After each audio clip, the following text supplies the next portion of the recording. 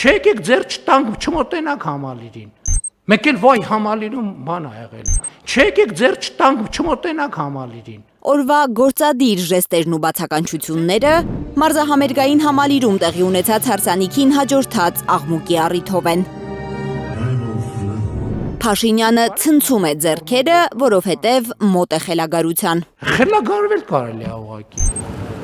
Հայերին ըստ էության անվանում է կեղծ բարեպաշտներ։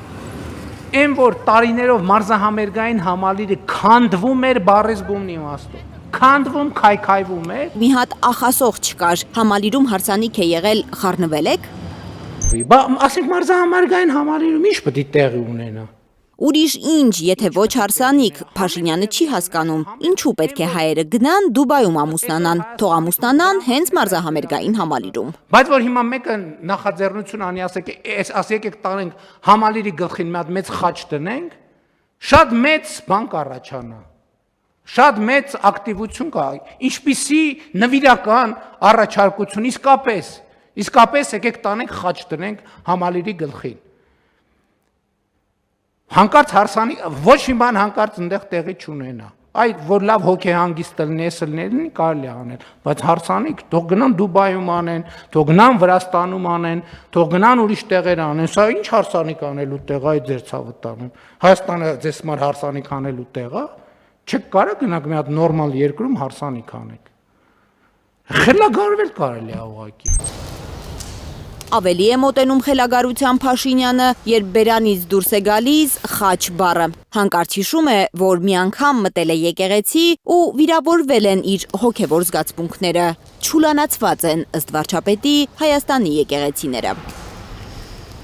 Ես ձեզ պաշտոնապես ասում եմ, որ մեր եկեղեցիները չուլանացված են, չուլանացված։ Ով որտեղ ինչ ոչ պետքական ապրանք ունի, մեկ էլ գնում ես տենում ես, ասենք ինչ որ ավելացած մետլախ, պարկով ցեմենտ, ապալովկի հին կտորներ, ենթադրենք բան արմատուրայի բան հին ժանգոտ կտորներ, ասենք մտնում ես մարդը ինչի համար է եկեղեցի մտնում է ինչ-որ հոգևոր հաղորդակցության ունենալու, չէ՞։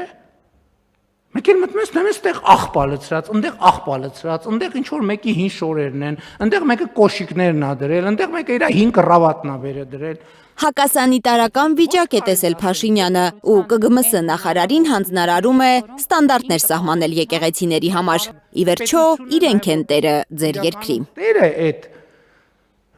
օբյեկտների եւ հուշարձանների կառավարությունը։ Կոպիտ է պատասխանել Փաշինյանին Գուգարաց թեմի առաջնորդ Տեր Հովնան եպիսկոպոս Հակոբյանը։ Այսօր երկրի գլխավոր ցավագարը ամենայն անամոթությամբ հերթական անգամ հարձակում գործեց հայ առաքելական Սուրբ եկեղեցու վրա, այս անգամ Սուրբ եկեղեցին որակելով որպես չուլան։ Շվեյցարիայում տեղի է ունենում Արցախի հայկական հոգևոր եւ մշակութային ժառանգության պահպանությանը նվիրված միջազգային համաժողով, որը մեծ դժգոհություններ է առաջացնում Ադրբեջանում, եւ նույն ժամանակամիջոցում երկրի գլխավոր դավաճանը հավանաբար եւս վրդովմունք ապրելով նմանօրինակ հարձակում սկսեց եկեղեցու դեմ։ Ոնց կարելի ասենց էլի, այսքան ինչքան կարելի է այսքան կեղծ լիներ, հարգելի ներկաներ, ինչքան կարելի է ինչքան կարելի է այդքան խոսել սրբության մասին ու այդքան արտասուրբ լնել։ Ինչքան կարելի է ոտի տակ տալ սրբությունները։ Չի հստակեցնում Փաշինյանը, թե երբեմնի 3 միլիոն վարչապետների քանի տոկոսն է այդքան արտասուրբ ու սրբությունները ոտքի տակ տվող։ Առաջին մեղքից էլ հին են թվում արդեն Փաշինյանի հակաեկեղեցական արշավները։ Առաջին ակցիաները Հայաստանում 2018-ին կազմակերպվեցին Նոր Հայաստան, Նոր Հայրապետ կարգախոսի տակ։ Քաղաքական ու հոգևոր իշխանությունների մեջ անջրպետը խորացավ օր-օրի։ 44-օրյա պատերազմից հետո Սիսիանի Սուրբ Գրիգոր Լուսավորիչ եկեղեցու քահանա Տեր Պարքև Զեյնալյանը ցուցադրաբար օդում թողեց Նիկոլ Փաշինյանի ձեռքը ու մի ժեստով դրան դուրս հրավիրեց եկեղեցուց։ Եռաբլուրում, Ծիծեռնակաբերդում, Սքո եւ հիշատակի օրերին էլ իրար հետ չհայտնվեցին Գարեգին II-ն ու Նիկոլ Փաշինյանը։ 2020-ի դեկտեմբերին ամենայն հայոց կաթողիկոսը հորդորեց Փաշինյանին վայր դնել վարչապետի լիազորությունները, կանխելու հասարակական ցնցումները, բախումները, ողբերգական հետևանքները։ Պետությունը պետք է զբաղվի իր գործով, եկեղեցին պետք է զբաղվի իր գործով։ Փաշինյանը ուղիղ մեղադրեց եկեղեցուն քաղաքականությանը խառնվելու համար, հորդորեց կուսակցություն ստեղծել։ Եթե եկեղեցին ուզում է քաղաքական գործունեություն ծավալի, Հայաստանի Հանրապետությունը ժողովրդավարական երկիր է, կարող են նաև քաղաքական գործունեություն ծավալել, ոչ մի բան չի խանգարում, որ կուսակցություն ստեղծեն եւ այդ կուսակցության շրջանակներում նաև քաղաքական գործունեություն ծավալեն։